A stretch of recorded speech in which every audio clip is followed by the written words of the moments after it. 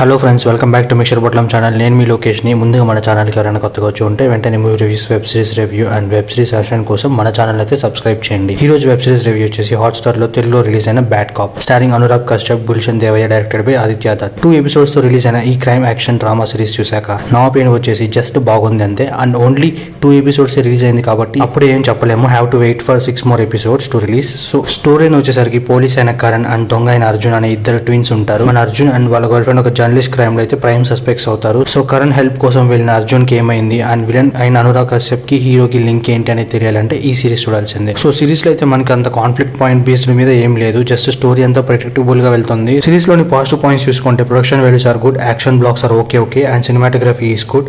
చూద్దాం మరి next 6 episodes release అయ్యాక మళ్ళీ రివ్యూ చెప్తా అప్పుడు ఎలా ఉందనేది. ప్రెసెంట్ అయితే జస్ట్ యావరేజ్ అండ్ నా ఒపీనియన్.